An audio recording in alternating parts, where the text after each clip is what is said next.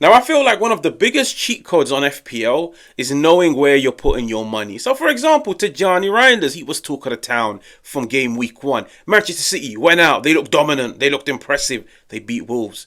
After the game, everybody looked at Johnny Reijnders and said, you have to be in my team. But then the other half of people looked at it and said, maybe we should get rid of Johnny Reijnders. Maybe he was lucky. Maybe he was just in the right place at the right time. I'm here to break it down for you guys tactically and tell you this is the area of the field your 5.5 player is playing in.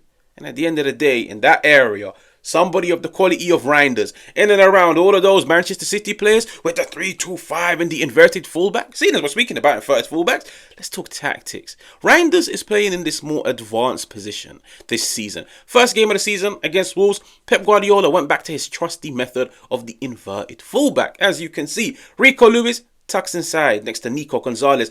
Everybody thought Johnny Reijnders was this Rodri replacement, somebody that was going to play in the first, second phase, progress play and then get the ball into the attacking players and let them do what they do best. No. Reijnders is doing both. He's progressing play, but at the same time, he's getting into those dangerous areas. He's making runs in behind. He is box crashing. He's getting onto the end of cutbacks. Johnny Reijnders is going to be one of those Premier League assets that will get you goals. He will get you assists. He will get you defensive contributions. And boy, oh boy, will he get you them in an abundance for 5.5. He truly is a bargain. Now, let me explain to you guys why the hype is real and why you should invest in somebody like Johnny Reijnders. Reijnders played in a very similar position last season at Milan, under a coach not as good as Pep Guardiola, in and around players not as good as these Manchester City players, in and around a system which isn't as productive as Pep Guardiola's Manchester City system. And he still managed to get himself double-digit Serie A goals, ending the campaign as the MVP of the Serie A. You put him now in and around better players, productivity will go up. You put him under a better coach, he will develop and he will improve. You put him in a system that's rewarding for the attacking players, his contributions in the final third will also go up. For 5.5, it's a steal. It's a bargain. It's daylight robbery. Reijnders, you have to believe in it. But seeing as we're speaking about Manchester City and the players that you need to believe in, a player that you shouldn't really believe in is somebody like Reijnders. Now, Reijnders comes at a price of 6 million.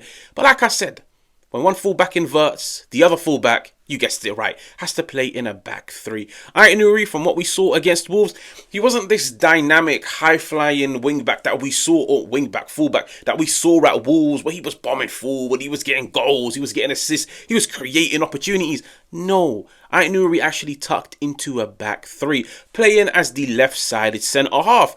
Let's just say his overall offensive contributions are going to be very, very, very low. And if that is the case, you're better off just getting yourself another Manchester City defender for the sake of the 6 points. But in FPL, you can do more than 6 points. You can get yourself a centre-back, a full-back that gets goals, assists, and the 6 points. So in my opinion, I would probably stay away from somebody like Reijnders. For 6 million, as the inverted centre-back, it just doesn't make sense. If we were talking about Reijnders being the one that inverts, makes a lot of sense. If we were talking about Reijnders playing as a traditional fullback in a Pep Guardiola team, maybe then it would make sense.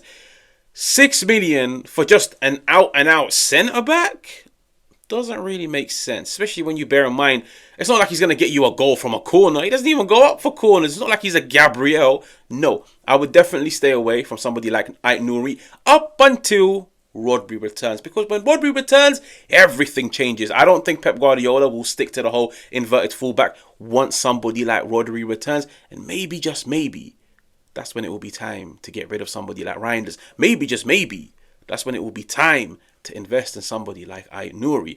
But based off now, with Rodri being out for about a month or two, Reijnders is the person you need to have in your team, and Reijnders is the person you don't need in your team. Go and put that 6 million into someone else. Someone more productive. Someone more rewarding. Somebody that will get you more value for money. Now, if you're new to FPL Hive, make sure to like, make sure to subscribe, engage in the comments, and I will catch you guys on another one.